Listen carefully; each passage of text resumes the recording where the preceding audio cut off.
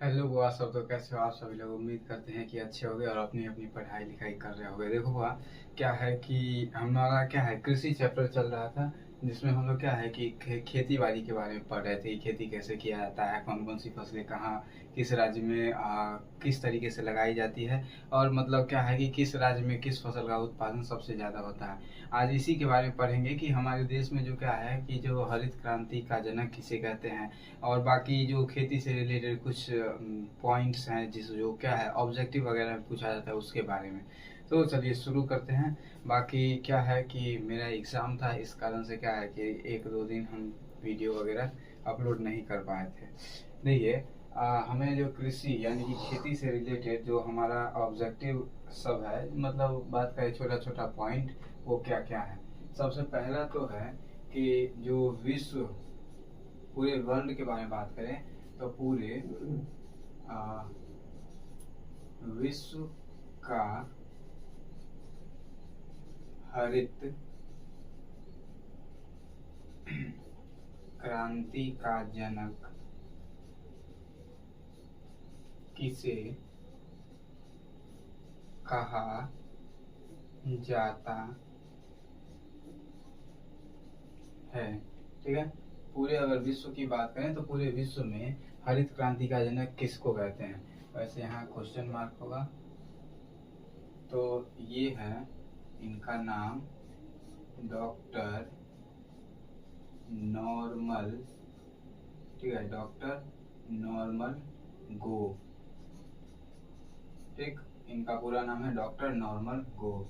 फिर बात करें अगला, तो भारत में, ठीक है, भारत में हरित क्रांति का जनक किसे कहा जाता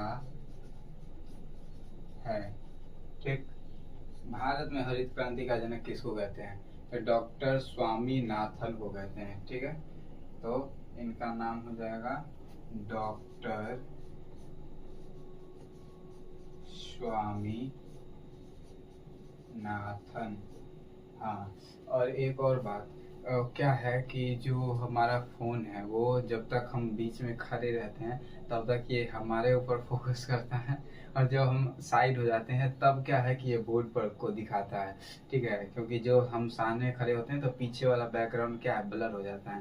तो क्या है कि हम जब पूरा बोर्ड लिख लें तो साइड हो जाया करेंगे, ताकि आपको पूरा बोर्ड वाला दिख जाए। तो पहले हड़बड़ाना नहीं कि दिखता उखता नहीं है, इसलिए। ठीक है, देखो, तो डॉक्टर स्वामीनाथन क्या है, भारत में हरित क्रांति के जनक कहे जाते हैं। फिर बात करें तो भारत में सबसे ज्यादा चावल का उत्पादन कहाँ होता है। ठीक,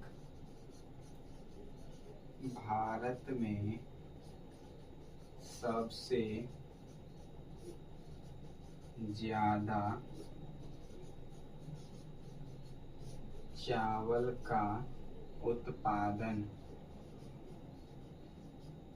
उत्पादन कहाँ होता है। ठीक है, भारत की बात करें तो भारत में सबसे ज़्यादा चावल उपजाता है पश्चिम बंगाल। पश्चिम बंगाल। और आपको जानकर हैरानी होगा कि पश्चिम बंगाल सबसे ज़्यादा चावल उपजाता है और सबसे ज़्यादा खाता भी है। ठीक है, सबसे ज़्यादा उपज के साथ साथ वो क्या है कि वो उसके यहाँ खपत भी उतना ही ज़्यादा होता है। फिर बात करें तो भारत में गेहूं का उत्पादन,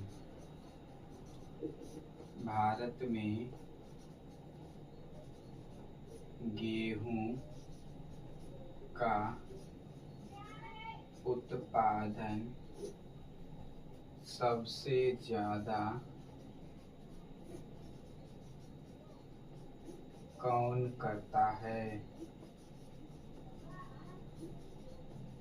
ठीक है, सबसे ज़्यादा जो गेहूं का उत्पादन है वो उत्तर प्रदेश करता है। ठीक, उत्तर प्रदेश। फिर अगला पॉइंट है कि भारत में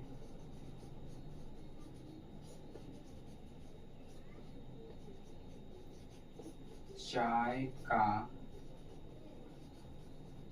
उत्पादन सबसे ज्यादा कहाँ होता है। ठीक, तो चाय के उत्पादन में जो सबसे अग्रणी राज्य है वो है असम। ठीक है, असम में सबसे ज़्यादा चाय उपजाया जाता है, मतलब उसकी खेती सबसे ज़्यादा की जाती है। अभी बात करें तो ये क्या है कि अब हम लोग को पढ़ना है कि हमारे देश में, ठीक है, कॉफ़ी का उत्पादन सबसे ज़्यादा कहाँ होता है, और फिर हम लोग पढ़ेंगे कि भारत देश में पूरे मतलब कि पूरा जो देश है, इस देश में चावल के उत्पादन के लिए क्या क्या तापमान की आवश्यकता होती है, कि कितना तापमान पर लगाया जाए, कितना तापमान पर काटा जाए। देखिए, हम तो सबसे पहले लिख लेते हैं कि भारत में जो है सो कॉफ़ी का उत्पादन सबसे ज़्यादा कहाँ होता है। भारत में सबसे ज़्यादा कॉफ़ी का उत्पादन, ठीक है, कॉफ़ी का उत्पादन कहाँ होता है। तो ये जो उत्पादन करने वाला राज्य है इसका नाम है कर्नाटक। ठीक, अब हम लोग लिखेंगे चावल के लिए भौतिक, ठीक है, भौतिक दशाएं। भौतिक दशाएं कहने का मतलब कि चावल कितना कितना मतलब चावल जब लगाया जाता है खेत में तब तापमान कितना होना चाहिए, और फिर क्या है कि वहाँ उस टाइम पे बारिश कितना होना चाहिए, किस मिट्टी में फसल लगाया जाता है, इन सब चीज़ों के बारे में। देखिए, तो चावल के लिए जो सबसे पहला पॉइंट आएगा वो आएगा हमारा तापमान। ठीक है, चावल जो है वो बुआई के समय, ठीक है, कब, जब इसको लगाया जाता है तो बुआई के समय, ठीक है, बुआई के समय जो इसका तापमान होता है वो कितना दिया है। देखिए, बुआई के समय दिया है 21 डिग्री सेल्सियस। कम से कम कितना होना चाहिए, 21 डिग्री तापमान होना चाहिए। और कटाई के समय इसका तापमान 24 डिग्री सेल्सियस होना चाहिए। ये मतलब एक अच्छा तापमान होता है जब हम किसी चावल को लगाते हैं। वैसे आज गर्मी बहुत ज़्यादा है। देखिए, फिर बात करें वर्षा के बारे में। ठीक है, तो जो हमारा वर्षा है वो कितना होगा। वर्षा देखो क्या है कि जनरली मतलब बारिश, चावल को ज़्यादा पानी चाहिए होता है, तो इसलिए क्या है कि 125 सेंटीमीटर से 200 सेंटीमीटर कम से कम इसको बारिश चाहिए।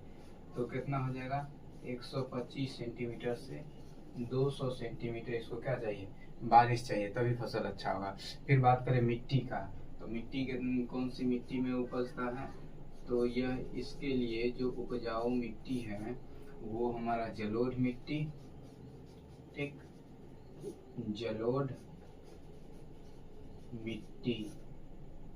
मिट्टी और उसके साथ साथ होता है एक और मिट्टी, जलोढ़ मिट्टी होती है, और ये चिकनी जलोढ़ मिट्टी होती है, जो मतलब मिक्सचर होता है। तो चिकनी जलोढ़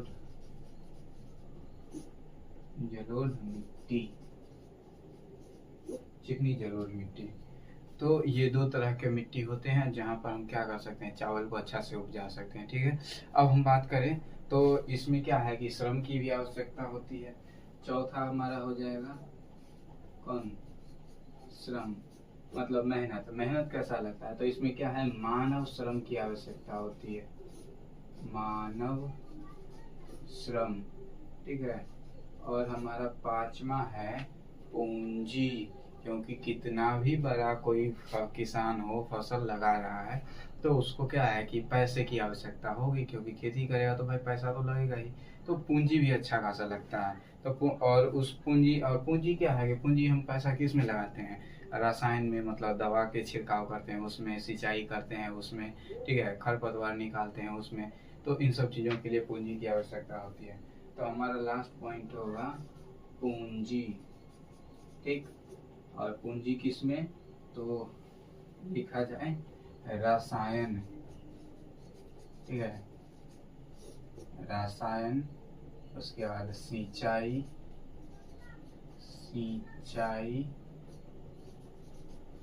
खरपतवार हटाने में, ठीक है, इत्यादि।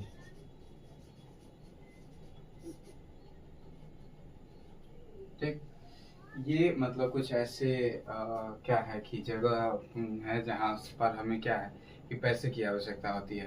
तो पूरा पूरा देखा जाए तो चावल को उपजाने से लेकर के और काटने तक इतने सारे काम करने पड़ते हैं, तब जाके खेत में क्या है, चावल उपजता है। ये चावल की भौतिक दशाएं हैं, और हमसे दो फसलों का भौतिक दशाएं लगभग अक्सर बार पूछता है, कभी चावल का और कभी गेहूं का। तो चावल के बारे में लिखिए। अब हम लोग लिखेंगे कि चावल जो है हमारे देश में मतलब किस किस राज्य में बढ़िया उगा लिया जाता है, ठीक है। तो उसको कहाँ पर लिखा जाए, यहाँ ऊपर से ही लिखते हैं, इसको ऐसा काट दिया है, और ये यहाँ से यहाँ काट दिए। अभी इतना जगह हमारे पास है, चलिए लिखेंगे राज्य, ठीक, जिसमें चावल सबसे ज़्यादा उपजाया जाता है। तो सबसे पहले तो होगा हमारा पश्चिम बंगाल ही, क्योंकि यहाँ सबसे ज़्यादा उपजता है, पश्चिम बंगाल। फिर तो पश्चिम बंगाल के बाद फिर क्या होगा, उत्तर प्रदेश,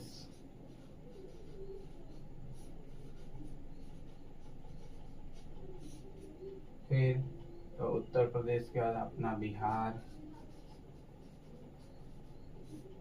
ठीक है, बिहार। और कौन कौन सा राज्य दिया है, जैसे हमें देखिए बिहार हो गया।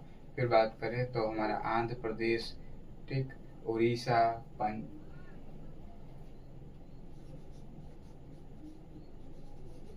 आंध्र प्रदेश,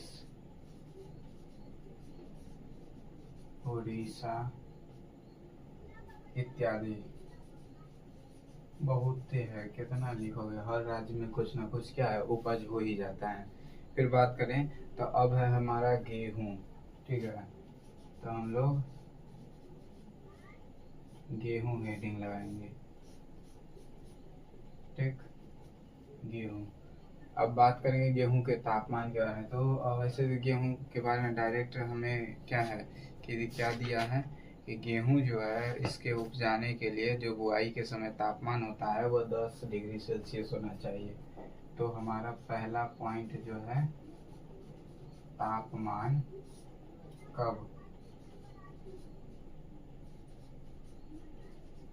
बुआई के समय 10 डिग्री सेल्सियस, कटाई के समय, ठीक है, जब हम लोग खेत में बोते हैं उस टाइम 10 डिग्री सेल्सियस चाहिए, जब काटना होता है उस टाइम थोड़ा ज़्यादा टेम्परेचर होता है। और लगभग क्या है कि वो भी ज़्यादा नहीं, गेहूं के हिसाब से बताया 15 डिग्री सेल्सियस होना चाहिए, मतलब कम से कम। फिर देखो और क्या बताया है, और हमें बात किया गया है तापमान में। फिर तापमान के बाद वर्षा के बारे में, गेहूं को क्या है पानी कितना चाहिए। तो लगभग जो वर्षा है वो बताया गया है कि 50 सेंटीमीटर या इससे थोड़ा अधिक, 50 सेंटीमीटर या इससे थोड़ा अधिक, ठीक है, 50 सेंटीमीटर या इससे थोड़ा सा अधिक क्या है, मतलब वर्षा की आवश्यकता होती है। फिर अगर हम बात करें आगे तो तापमान हो गया हमारा। अभी बताया गया है कि भारत में जो गेहूं है इसका उत्पादन सबसे ज़्यादा कौन कौन राज्य है जो करता है। तो सबसे ज़्यादा तो स्वाभाविक बात पता है आपको, उत्तर प्रदेश करता है।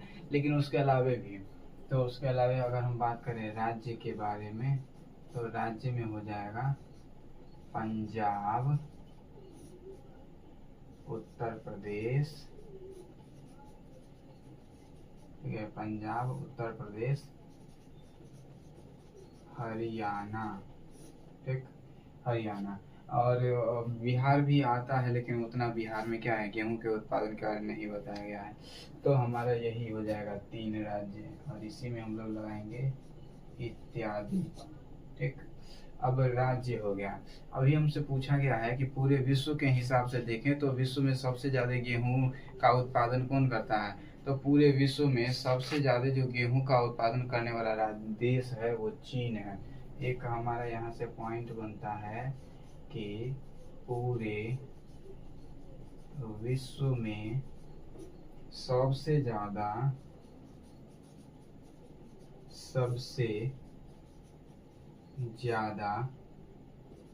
गेहूं का उत्पादन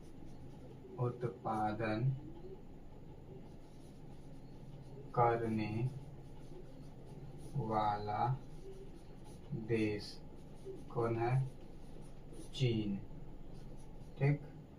और फिर बात करें, अब हमारा देश भी किसी से कम नहीं है, तो दूसरा सबसे ज्यादा अपना देश करता है। तो लिखेंगे कि पूरे विश्व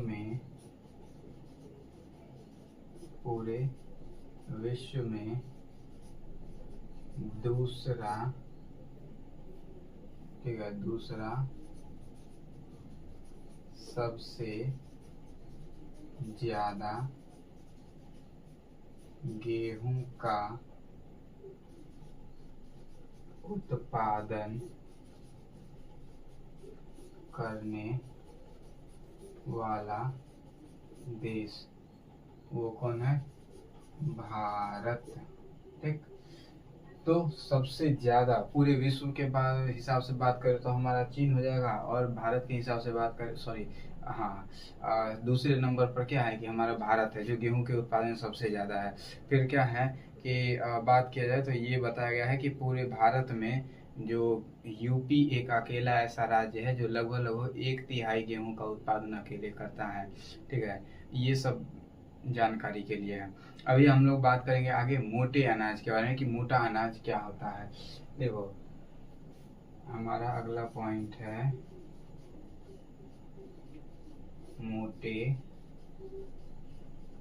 अनाज, ठीक। मोटे अनाज, इसमें कौन कौन से अनाज आते हैं, जैसे ज्वार हो गया, बाजरा हो गया, मकई हो गया, ये सब क्या है, रागी, ये सब ऐसे फसल हैं जिसको हम लोग क्या बोलते हैं, मोटे अनाज बोलते हैं। क्यों बोलते हैं ये बात मुझे नहीं पता है, ठीक है। ऐसे क्या है कि इसको मोटे अनाज के कैटेगरी में रखा गया है, तो इसलिए क्या है कि हमें अभी इतना ही पता है, बाकी हम इसके बारे में आपको अगले दिन बता देंगे, ठीक है। अभी देखते हैं कि मोटे अनाज में कौन कौन से है। मोटे अनाज में सबसे पहले हमारा है ज्वार, ठीक है, ज्वार, ठीक। अब इधर हम लोग क्या है, यहाँ पर राज्य लिख लेते हैं ताकि हम यहाँ पर क्या कर सके, ज्वार के बारे में लिख सकें कि मतलब ज्वार किन किन राज्यों में उगाया जाता है। तो ज्वार जो है सबसे ज्यादा महाराष्ट्र में उपजता है, महाराष्ट्र। फिर बात करें ज्वार महाराष्ट्र के अलावे कहाँ उपजता है, तो महाराष्ट्र के अलावे जो है वो सबसे ज्यादा कर्नाटक और आंध्र प्रदेश। तो हमारा हो गया कर्नाटक और फिर आंध्र प्रदेश, ठीक है। महाराष्ट्र, कर्नाटक, आंध्र प्रदेश, ये कुछ ऐसे जगह है जहाँ पर बाजरा ज्वार सबसे ज्यादा उपजता है। अगला है हमारा बाजरा। भाई ये बाजरा कहाँ कहाँ उपजता है, तो बाजरा के बारे में देखिए क्या लिखा है कि गुजरात, राजस्थान, उत्तर प्रदेश और महाराष्ट्र जैसे राज्य में सबसे ज्यादा होता है। तो हमारा हो जाएगा गुजरात, महाराष्ट्र, ठीक है, गुजरात, महाराष्ट्र, उत्तर प्रदेश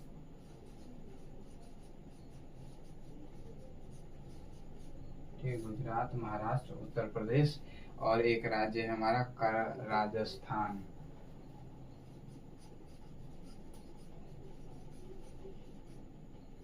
राजस्थान। ठीक। अब अगला है हमारा रागी। ठीक है। वैसे हम भी कभी इस रागी जो फसल है इसको कभी देखे नहीं है। ठीक है। बस हमें दिया गया है तो हम भी पढ़ रहे हैं, और आप भी पढ़िए कि ये रागी क्या होता है। देखो, रागी के बारे में बताया गया है कि जो रागी है वो सबसे ज्यादा कहाँ उपजता है, तो यह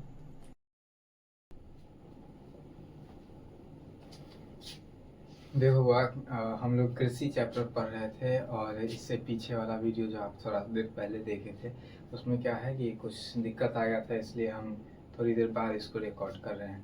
देखो, हम लोग क्या है मोटे अनाज के बारे में पढ़ रहे थे। ठीक है। हमारा जो टॉपिक था वो क्या था, मोटे अनाज। ठीक।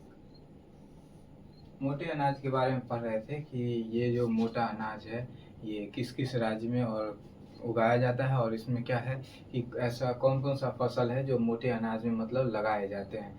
देखिए, हम लोग मोटे अनाज में मतलब सबसे पहला पढ़े थे ज्वार के बारे में। सबसे पहला है हमारा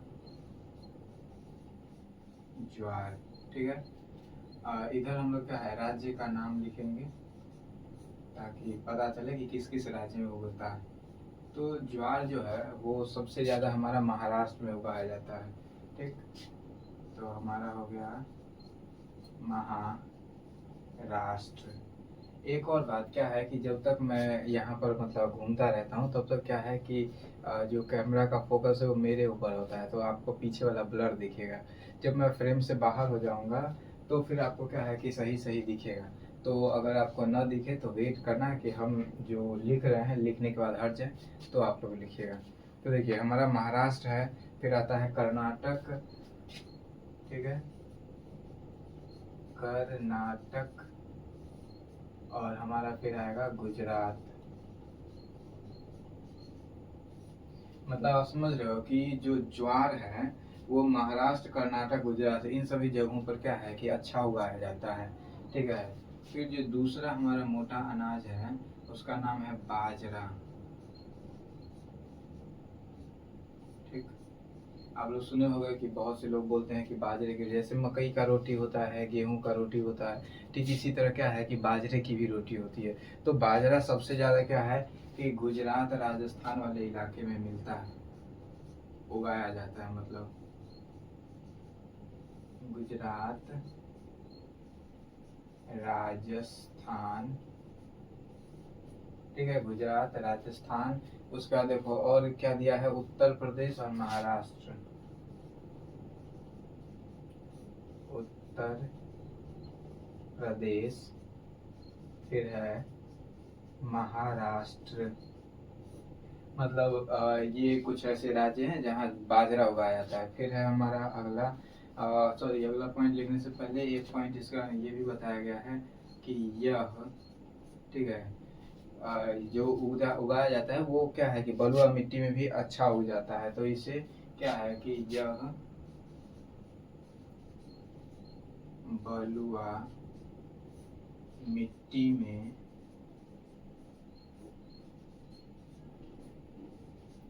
उगाया जाता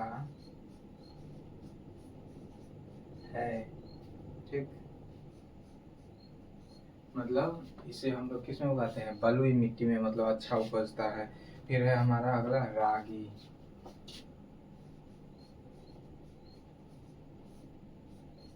जैसे ज्वार बाजरा फसल है उसी तरीके से रागी भी होता है। रागी के बारे में देखो क्या है कि कर्नाटक, तमिलनाडु जैसे राज्य में ये ज्यादा उगता है।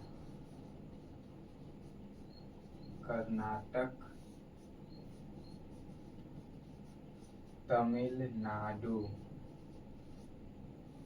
ठीक। तमिलनाडु। उसके बाद है हमारा हिमाचल प्रदेश, फिर सिक्किम। तो हिमाचल प्रदेश, हिमाचल प्रदेश, फिर सिक्किम, ठीक। सिक्किम के बाद बात करें तो हमारा हो जाएगा अरुणाचल प्रदेश, अरुणाचल प्रदेश। फिर बात करें तो अरुणाचल प्रदेश के बाद हमारा है उत्तराखंड और झारखंड, उत्तराखंड व झारखंड, ठीक है। मतलब अगर साफ साफ बात करें ना तो जो हमारा रागी है वो कई सारे जगहों पर क्या है कि अच्छा उत्पादन कर लिया जाता है। अभी हमने बात किया कर्नाटक के बारे में, तमिलनाडु के बारे में, हिमाचल प्रदेश, सिक्किम, अरुणाचल प्रदेश, उत्तराखंड और क्या है कि झारखंड जैसे राज्य में इसकी उपज अच्छी हो जाती है। तो इसलिए ये सभी राज्य के बारे में दिया है। बाकी आप कम से कम 2-4 भी याद रखो तो ठीक रहेगा। फिर इसके बारे में बताया है कि ये ज़्यादातर क्या है कि बंजर भूमि पर उगाया जाता है, ठीक है। तो इसके लिए पॉइंट हो जाएगा कि यह बंजर भूमि पर उगाया जाता है। मतलब जो पूरी तरीके से समझो कि ये मतलब पूरा बंजर ही होगा, उस पर तो उपज होगा नहीं। लेकिन फिर भी अगर बात करें तो थोड़ा बहुत उपजाऊ जमीन है तो उस पर क्या है कि आराम से रागी उग जाता है, इसको उतनी आवश्यकता नहीं होती। फिर हमारा अगला जो है फसल वो है मकई। मकई के बारे में पढ़ना है कि जो मकई है ये कहाँ कहाँ उपजता है, इसके लिए तापमान, मिट्टी, वर्षा, इस सब चीज़ों के बारे में। देखो ये जो हमारा है ये मोटे अनाज यहाँ पर ख़त्म हो जाते हैं। फिर अगला जो अनाज है हमारा वो मकई शुरू होता है। मकई तो सब देखा होगा घर वगैरह, मतलब खेतों में हम सब, हमारे यहाँ भी क्या है उपजता है। देखो इसमें जो एक बात बताया गया है, मकई में क्या है कि मंड पाया जाता है। तो इसमें मंड, मंड का मतलब होता है वसा, ठीक है। मंड और ग्लूकोज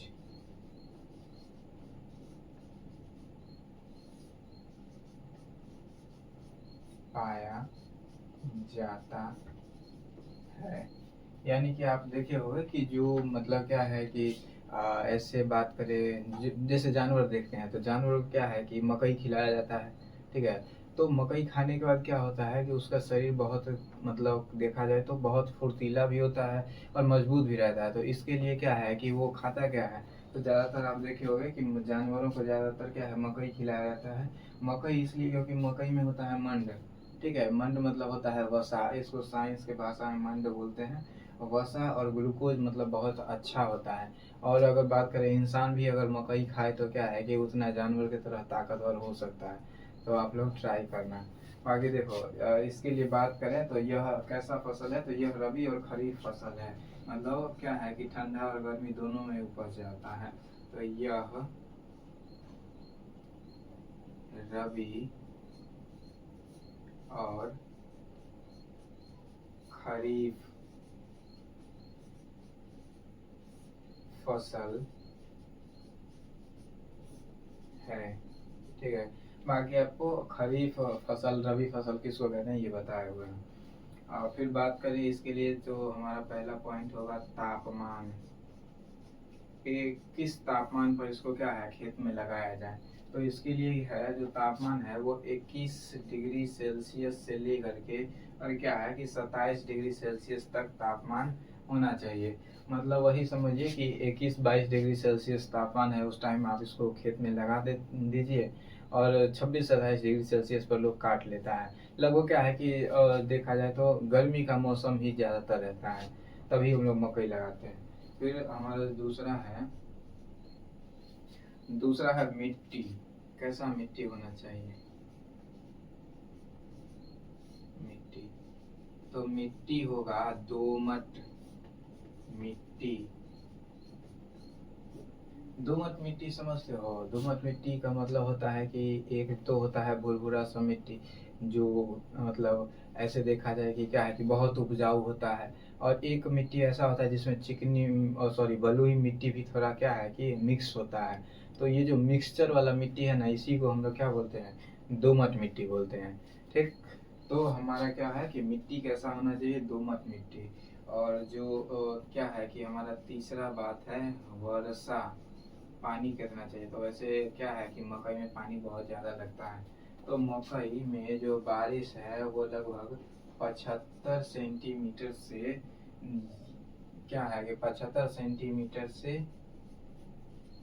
ज़्यादा या सिंचाई करके, सिंचाई के द्वारा, ठीक है। यानी कि मकई जब हम फसल लगाते हैं तो उसमें या तो हम सिंचाई करके पानी दें, या बारिश भी हो तो बारिश कम से कम क्या है 75 सेंटीमीटर से ज़्यादा पानी अगर बारिश होता है तभी फसल क्या है कि अच्छा होगा। और हाँ, तो ये था हमारा क्या है मकई के बारे में। अभी कुछ नोट दिया है, क्या नोट दिया है, मकई जो है तो ज़्यादातर क्या है कि मैदानी इलाका में उपजाया जाता है। तो मकई ज़्यादातर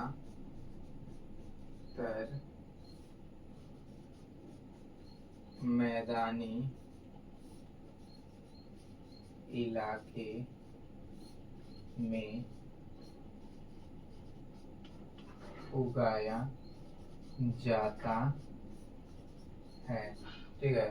मतलब सबको पता है कि जो समतल जमीन होता है उसी में ज़्यादातर क्या है मकई लगता है। फिर अगला पॉइंट दिया है कि ये जो है मकई वो ज़्यादातर क्या है कि कर्नाटक, उत्तर प्रदेश, बिहार, यह कर्नाटक, उत्तर प्रदेश, ठीक है, फिर बिहार, ठीक। बिहार के बाद बात करोगे तो हमारा जो अगला राज्य हो जाएगा अरुणाचल प्रदेश, अरुणाचल प्रदेश, ठीक। अरुणाचल प्रदेश के बाद है हमारा मध्य प्रदेश, मध्य प्रदेश आदि में उगाया जाता है। मतलब ये कुछ ऐसे राज्य हैं जहाँ क्या है मकई ज़्यादातर उगा लिया जाता है, अच्छा खासा मकई हो जाता है। फिर अगला जो हमारा पॉइंट है वो है दाल, ठीक। दाल के बारे में, दाल तो सब जानता है दाल क्या होता है। देखो दाल में सबसे ज्यादा बोला गया है कि क्या है प्रोटीन होता है, ठीक है। तो इसमें सबसे ज्यादा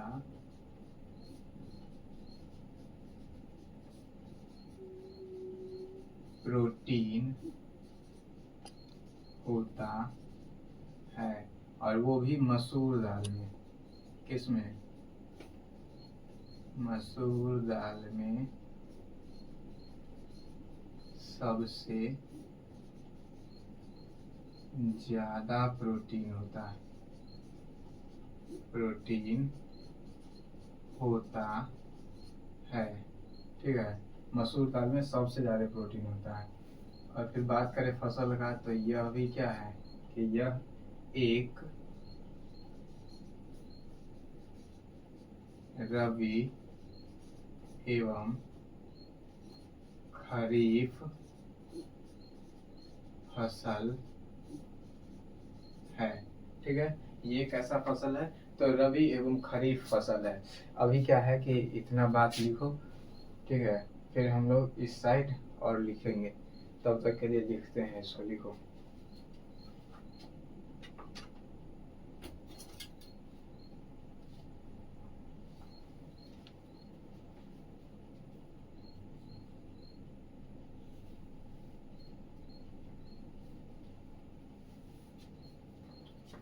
चलो अभी इधर क्या है कि अब गन्ना के बारे में, गन्ना मतलब आपको पता होगा, गन्ना, गौनौना मतलब वही चीनी, ठीक है। सॉरी गलत लिखे, गन्ना में बरीना नहीं होगा। देखिए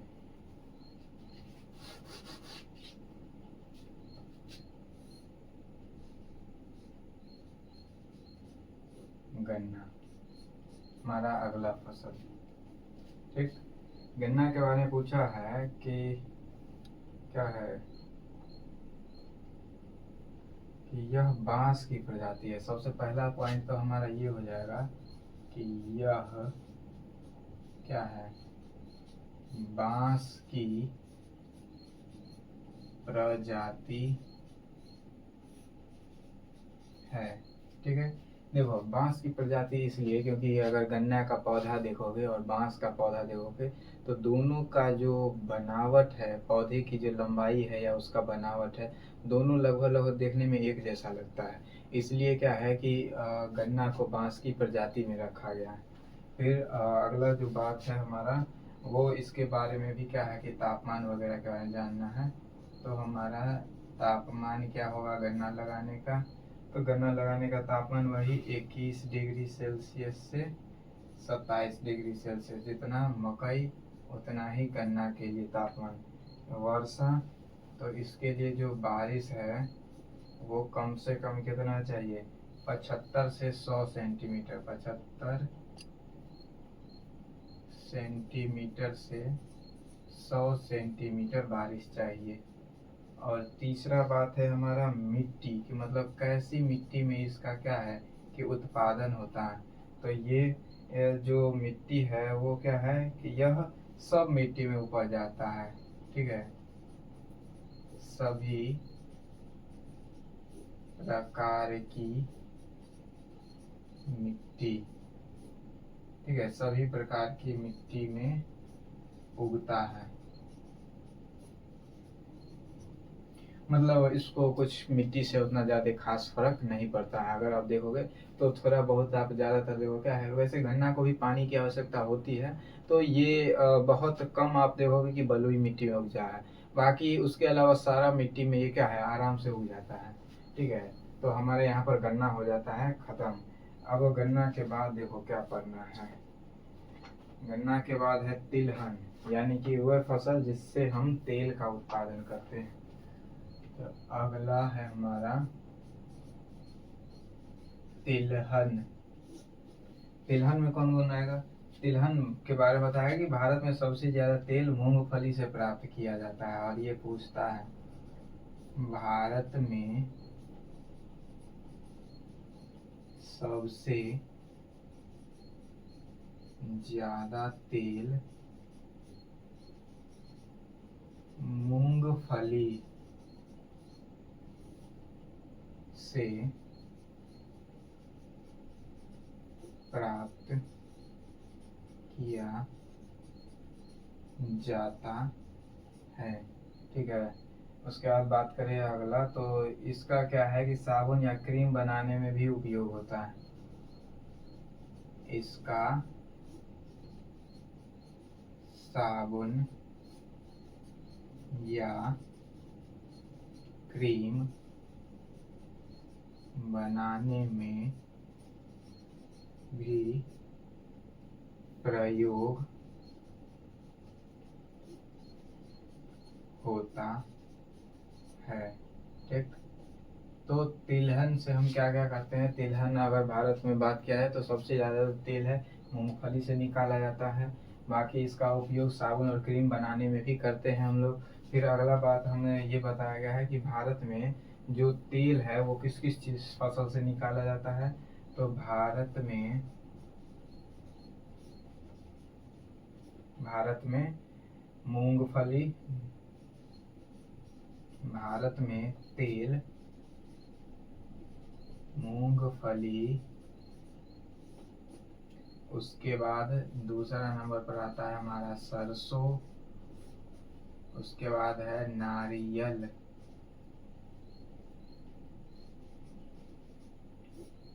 ठीक। उसके बाद तिल, उसके बाद है अरंडी, उसके बाद है बिनौली, उसके बाद है सूरजमुखी। ठीक, सूरजमुखी। फिर बात करें तो बात अब आगे ज़्यादा नहीं होगा। इत्यादि, मतलब इत्यादि से प्राप्त किया जाता है। ठीक है। अगर बात करोगे भारत के बारे में तो भारत में जो तेल है मूंगफली, सरसों, नारियल तेल, अरंडी। अरंडी का मतलब होता है कि जैसे हम लोग बचपन में अंडी से क्या है कि अंडी देखा होगा, अंडी इससे हम लोग क्या है कि खेला करते थे। वो वो होता है खेल, बचपन सब कई तरह का खेल खेलता है, वही जो हम लोग पेड़ से चुन के लाते थे, धूप में रखे और उससे क्या है छिटक छिटक के निकल रहा था, छोटा छोटा गोल गोल सा, वही है। तो वो अरंडी, फिर बिनौली, फिर सूरजमुखी, इन सब से क्या है तेल प्राप्त किया जाता है, इसको पीस के और तेल निकाला जाता है। फिर अगला जो है हमारा पॉइंट तेल के बारे में वो ये कि मूंगफली क्या है, एक खरीफ फसल है। ठीक है, मूंगफली क्या है, खरीफ फसल है। तो मूंगफली खरीफ फसल है। ठीक, ये जानकारी के लिए। और अगर बात करोगे तो पूरी दुनिया में जो हमारा भारत है वो दूसरा स्थान पर आता है मूंगफली के तेल के उत्पादन में। तो पूरे विश्व में भारत मूंगफली से तेल के उत्पादन में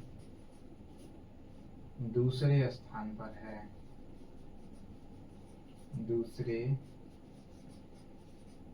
स्थान पर आता है। यानी कि पूरे विश्व में बात करें तो हमारा जो भारत है वो क्या है, दूसरे नंबर पर आता है मूंगफली के तेल के उत्पादन में। पहला होगा कोई, दूसरा हमारा क्या है, भारत है। फिर अगला पॉइंट हमारा क्या है कि भारत में लगभग 3.6 भूमि पर क्या है, 6% भूमि पर इसका मूंगफली का ही उत्पादन होता है। तो भारत में 3.6% भूमि पर मूंगफली का उत्पादन होता है। ठीक है। फिर अगला पॉइंट के बारे में बात करें तो हमारा है कि भारत में सबसे ज्यादा मूंगफली गुजरात में उगाया जाता है। लिखेंगे कि इसका सबसे ज्यादा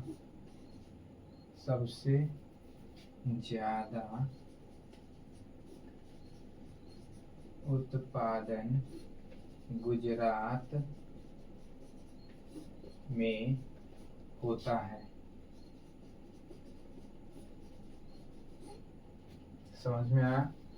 देखो इसमें बात करोगे तो मूंगफली के बारे में ज्यादा बताया क्योंकि मूंगफली से क्वेश्चन पूछता है, इसलिए तो आप इस सबको क्या है नोट करिए, तब तक आप मिटाने वाला काम शुरू करेंगे। उम्मीद करते हैं कि दिखता होगा अच्छा से। ठीक है, हम बोर्ड से हट गए, लिख लो। और थोड़ी देर में अब इसका क्या है कि इसे मिटाया जाएगा। फिर हम लोग सरसों के बारे में पढ़ेंगे, फिर सोयाबीन, और तब आगे की बात करेंगे। उम्मीद करते हैं कि आप लोग लिख लिए होंगे, नहीं लिखे हो तो रोक रोक के लिखो, तब तक अब इधर मिटाया जाए।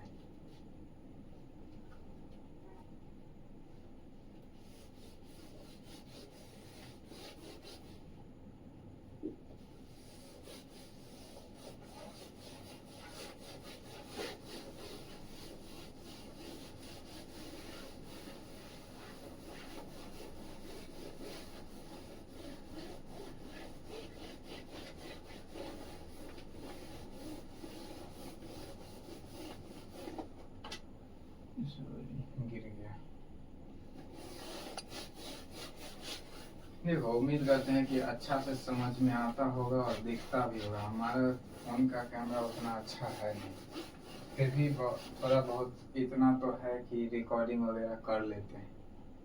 ठीक है, बाकी समझ आ जाता हो तो बताना, बताओ कैसे, वही कमेंट करो नीचे, तब पता चलेगा कि सच में मतलब सब कुछ समझ आ रहा है कि नहीं आ रहा है।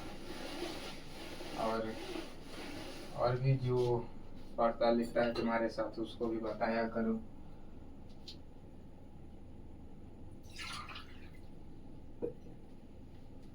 चलो, तो अब हमारा क्या है कि ये हो गया। इसके आगे है हमारा सरसों। सरसों के बारे में पढ़ना है। सरसों कितने प्रकार का होता है। सरसों देखो, भारत में मतलब क्या है कि सरसों जो है यह रबी फसल है। यह रबी फसल है।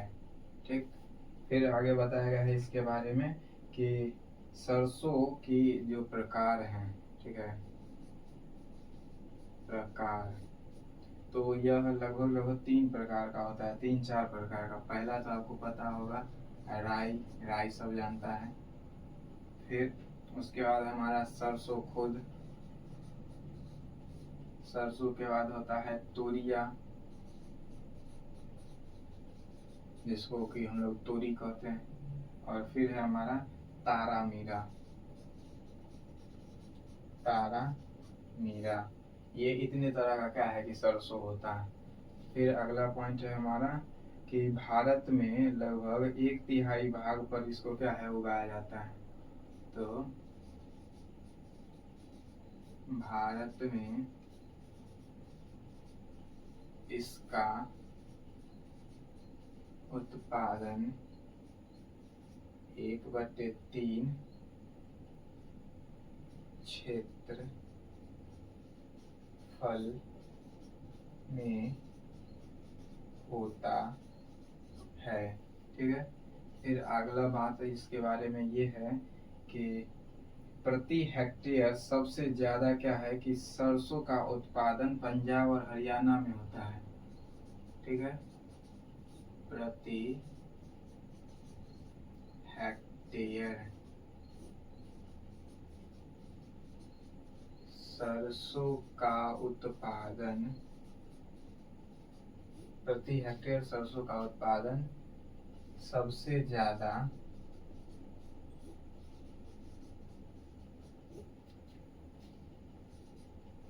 पंजाब और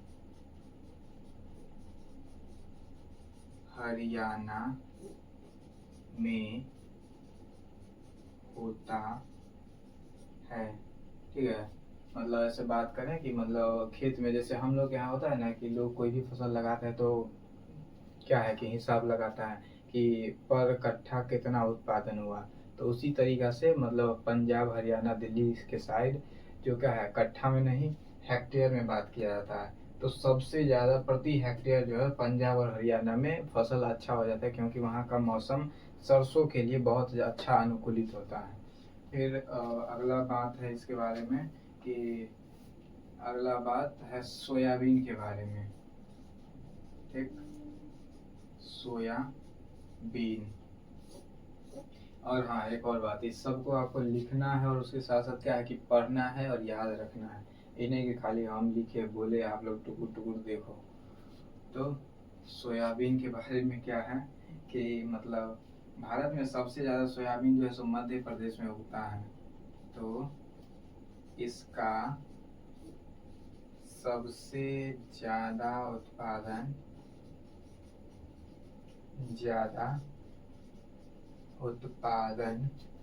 मध्य प्रदेश करता है। मध्य प्रदेश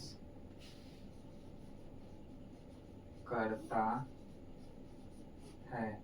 ठीक, अब अगला पॉइंट ये होगा इसके बारे में कि मध्य प्रदेश में तो क्या है कि इसको सबसे ज़्यादा उगाया जाता है।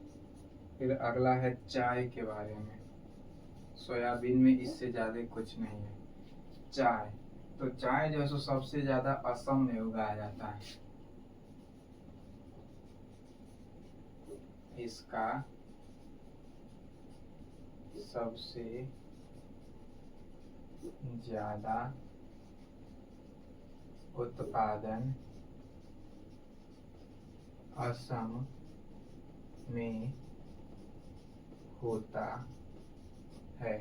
ठीक, असम जो राज्य है वहाँ सबसे ज़्यादा चाय उगाया जाता है, अच्छा प्रकार का।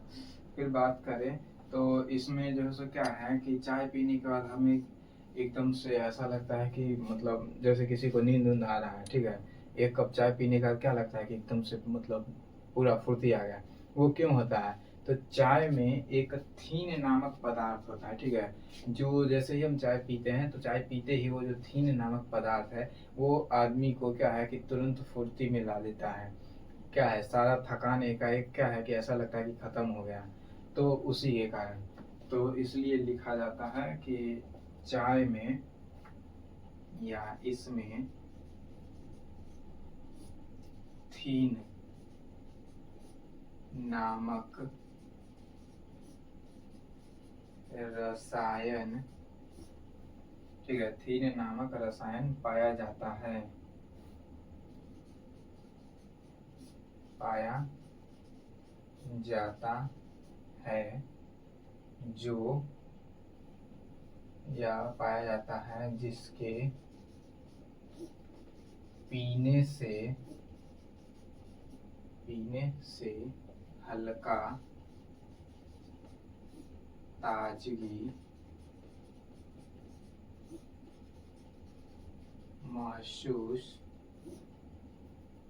महसूस होता है।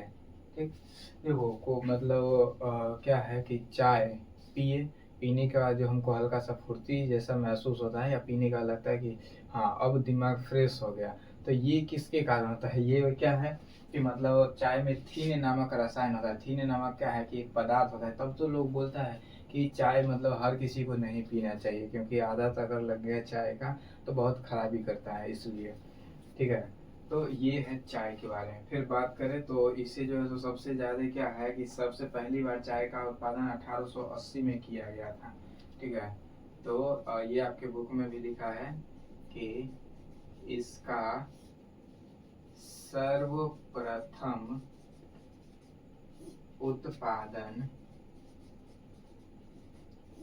1840 ईस्वी में 1840 ईस्वी में, सॉरी 80 बोले थे ना, हाँ नहीं 40 ही होगा। 1840 ईस्वी में ब्रह्मपुत्र नदी के किनारे एक बगान के रूप में किया गया था।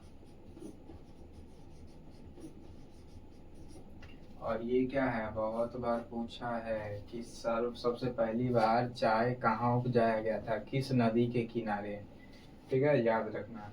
फिर आगे बात किया गया है चाय उगाने के लिए जो तापमान है, तो हमारा इसके लिए क्या हो जाएगा, तापमान। ठीक है, चाय जो उपजाते हैं इसके लिए तापमान कितना चाहिए, 25 डिग्री सेल्सियस।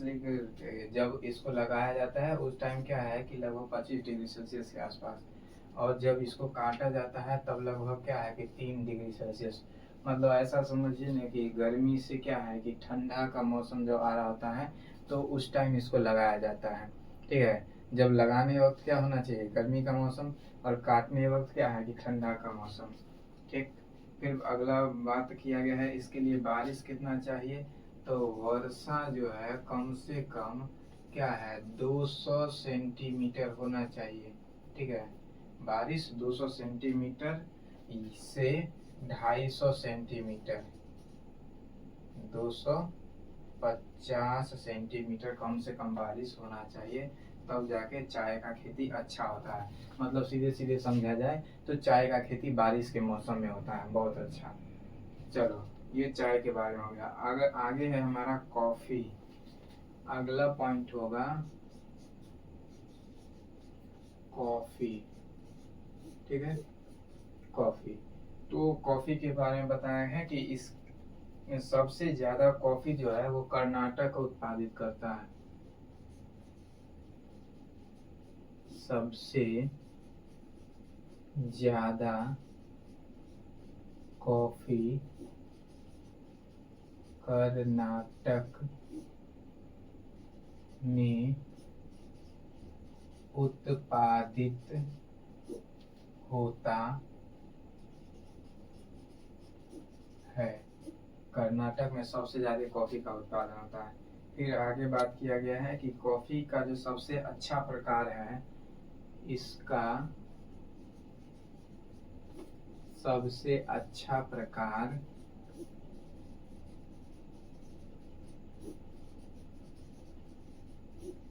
अरेबिक होता है।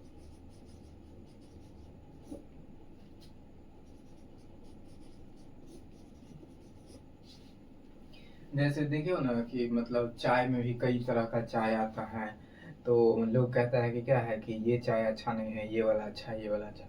ठीक उसी तरीका से क्या है कि कॉफी में भी होता है कि कॉफी में जो सबसे अच्छा प्रकार का कॉफी होता है वो कौन सा होता है। सबसे अच्छा प्रकार का कॉफी है अरेबिक। जैसे चावल के बारे में बात करें तो चावल में लोग कहता है कि चावल अरवा है, उष्णा है, बासमती राइस है। ठीक है, तो उसी तरीका से बात करें तो कॉफी में भी सबसे अच्छा कौन होता है, अरेबिक होता है।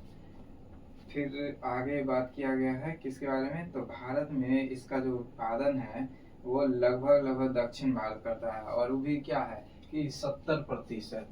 तो इसका उत्पादन दक्षिण भारत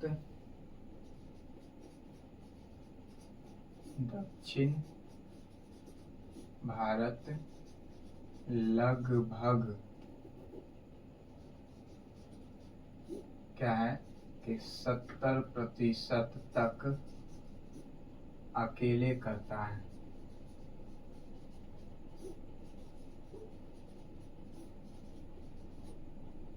ठीक है, यानी कि बात करें इसके कॉफी के बारे में तो लगभग लगभग 70% तक जो है सो कॉफी का उत्पादन दक्षिण भारत अकेले कर लेता है। इतना दक्षिण भारत के पास क्या है, कॉफी का खेती हो जाता है। फिर कॉफी के बाद आगे जो है सो हमारे पास इसमें बताया है कि सबसे ज्यादा हम है, थोड़ा बहुत और भी है, इसके बारे में भी हम लोग लिख लेते हैं। ये सब मतलब ऐसा पॉइंट है कि जो आपको क्या है कि मतलब डायरेक्ट याद करना है। याद करना नहीं है, मतलब ऐसे बार बार पढ़ते रहना है ताकि आपको याद रहे। एग्जाम में ऑब्जेक्टिव इस सब पर क्या है, ज्यादा आता है। आप लिख लो इधर, हम फिर से हट गए हैं और उधर वाला मिटाएंगे।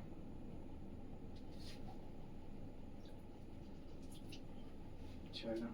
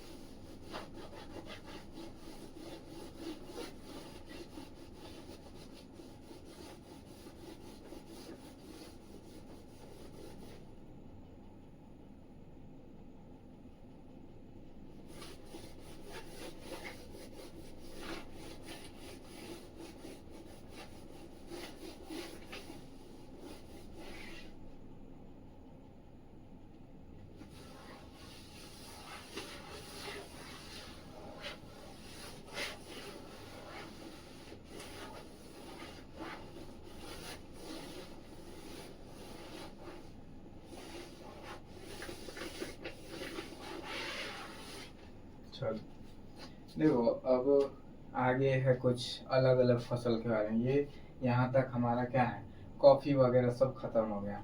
देखिए आगे पूछा बताया है कि भारत में जो है सो सबसे ज्यादा आम का उत्पादन क्या है कि पूरी दुनिया में सबसे ज़्यादा आम का उत्पादन भारत करता है।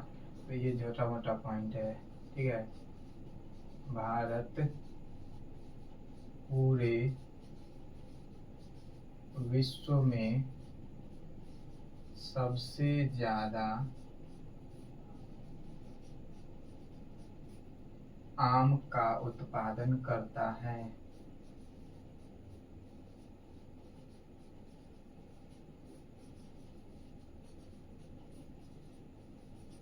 ठीक, फिर अगला बात करें तो भारत में सबसे ज्यादा आम जो है सो क्या है कि उत्तर प्रदेश में उगता है। भारत में सबसे ज्यादा आम का उत्पादन उत्तर प्रदेश करता है। फिर अगला है हमारा कि नागपुर क्या है कि संतरे के उत्पादन में सबसे ज्यादा क्या है कि उत्पादन करता है। तो भारत में सबसे ज्यादा संतरे का उत्पादन कौन करता है? नागपुर।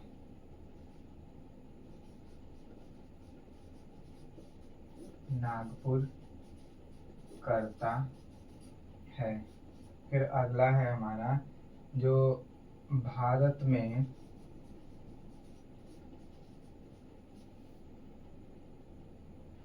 मुजफ्फरपुर, ठीक है, मुजफ्फरपुर की लीची सबसे प्रसिद्ध है। सबसे प्रसिद्ध है। फिर अगला बात करें तो हमारा बताया है कि बिहार में हाजीपुर का केला सबसे प्रसिद्ध है। बिहार में हाजीपुर का केला सबसे प्रसिद्ध है। अभी देखो क्या है कि हम मतलब यहाँ तक तो बात की कि भारत के बारे में कि कौन कौन सा फल है जो मतलब पूरे भारत में सबसे ज्यादा उपजता कहाँ है, ठीक है। अभी बात किया गया है यहाँ पर उस चीज के बारे में जो भारत में सबसे ज्यादा जो लीची है वो फेमस कहाँ का है। ज्यादा का उत्पादन के बारे में हम बात नहीं करें, फेमस के बारे में। तो फेमस है वो मुजफ्फरपुर वाला लीची। और केला भी पूरे बिहार में आपको पता होगा कि हाजीपुर का केला क्या है, बहुत ज्यादा फेमस होता है। फेमस कहने का मतलब बहुत ज़्यादा प्रसिद्ध है। लोग उससे क्या है कि वहाँ का केला बहुत ज़्यादा मतलब ऐसा पसंद करते हैं। फिर आगे है कि काली मिट्टी में सबसे ज़्यादा जो खेती होता है वो किसका होता है। तो काली मिट्टी में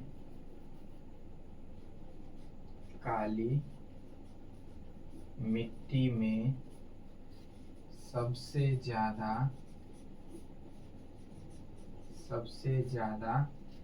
कपास की खेती होती है। कपास की खेती होती है।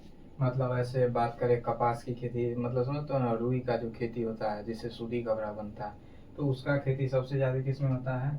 तो काली मिट्टी में इसकी खेती सबसे अच्छी होती है। फिर बात करें तो भारत में सबसे ज़्यादा कपास जो है वो महाराष्ट्र उत्पादित करता है। भारत में सबसे ज़्यादा कपास का उत्पादन महाराष्ट्र करता है। महाराष्ट्र करता है, ठीक। फिर अगला बात करें तो सबसे ज्यादा जो है भारत में केला का उत्पादन उत्तर प्रदेश करता है। भारत में सबसे ज्यादा केला का उत्पादन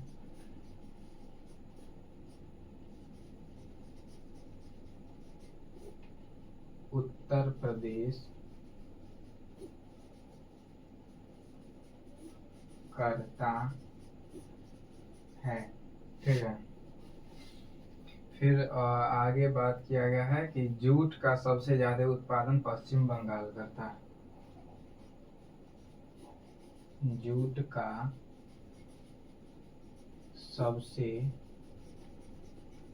ज्यादा उत्पादन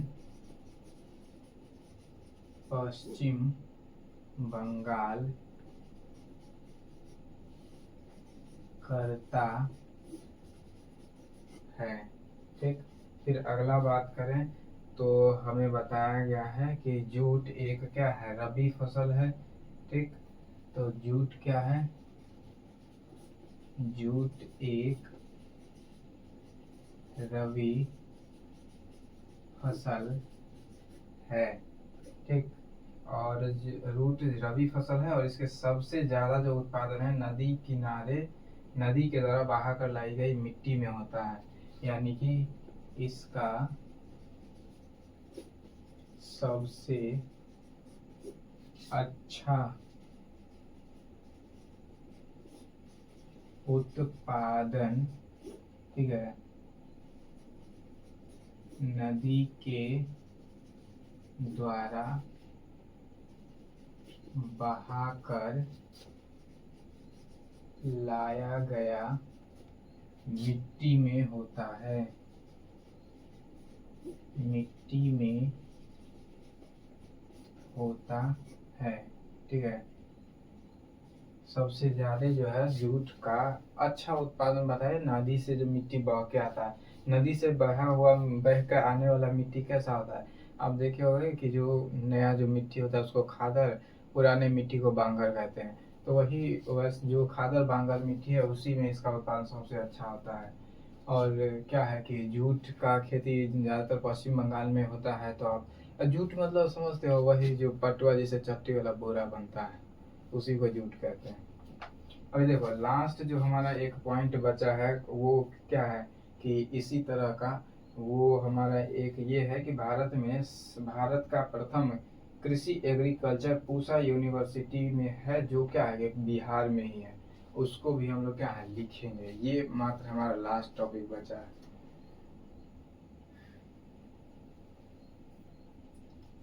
देखो यहाँ लिख देते हैं इसको मिटा के। बाकी क्या है कि आप लिखना चाहो तो वीडियो रोक करके लिख सकते हो, हम क्या है पूरे बोर्ड से हट गए। ठीक है, रोक करके लिख लेना है, नहीं तो लंबा हो जाएगा वीडियो। इसको मिटाते हैं।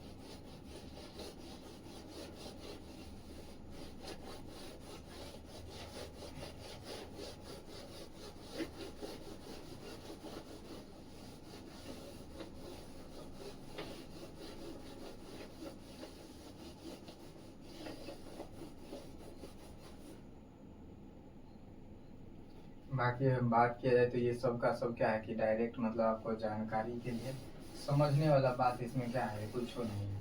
जैसे अगर हम बात करें कि सबसे ज़्यादा चाय का उत्पादन कहाँ है, असम में होता है, तो होता है। अब इसमें समझने वाला बात क्या है, कुछ नहीं। तो इसीलिए आपको क्या है ये पूरा का पूरा बात लिखा दिया गया। पढ़ो, लिखो, याद करो, बस। इससे ज़्यादा और क्या करोगे। ज़्यादा से ज़्यादा आप सवाल बनाओ। चलो,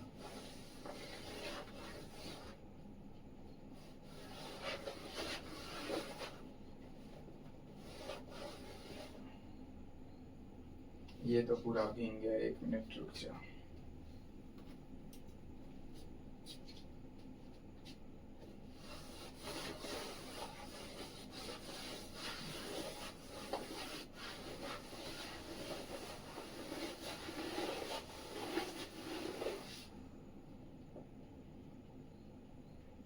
देखो क्या बताया है कि भारत का प्रथम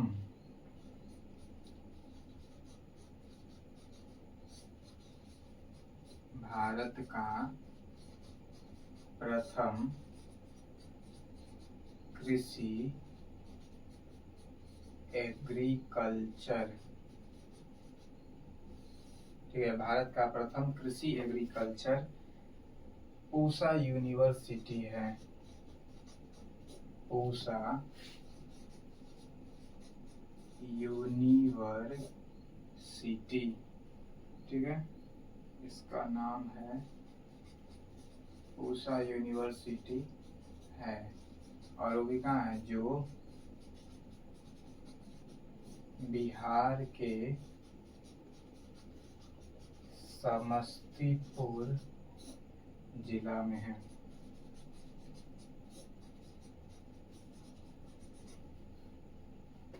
ठीक, अभी देखो बात करें तो ये पूसा एग्रीकल्चर सब जानता होगा। पूसा एग्रीकल्चर जो हमारा क्या है कि बिरौली से थोड़ा सा आगे है।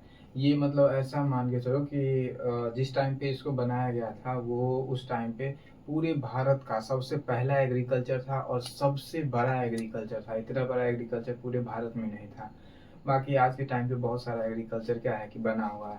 तो आज के लिए इतना ही रखेंगे। बाकी ये सारा का सारा पॉइंट आपको क्या है कि मतलब ऐसा समझिए कि डायरेक्ट याद रखने वाला है। इसमें मतलब आप क्या है कि ऐसा नहीं कर सकते कि इतना बात पढ़ लिए उतना बात पढ़ लिए। ये पूरा का पूरा जो आपका बुक था उसका समरी है, समझिए, ठीक है। उसके अलावा अभी अभी ख़त्म नहीं हुआ है। इसके अलावा भी थोड़ा बहुत बात और बचा हुआ है। जैसे कृषि का क्या है कि कृषि को और ज़्यादा उत्पादन करने के लिए कौन कौन से संगठन बनाए गए हैं, इसका संरक्षण कैसे होता है, कृषि का जो उत्पाद हम लोग बनाते हैं या कृषि में जो खेती करते हैं तो जो उत्पाद होता है उसको क्या है कि संरक्षित कैसे रखा जाता है, इन सब के बारे में। तो बाकी आज के लिए इतना ही, और तब तक मिलते हैं अगले क्लास में। तब तक आप इसको क्या है पढ़ते रहिए।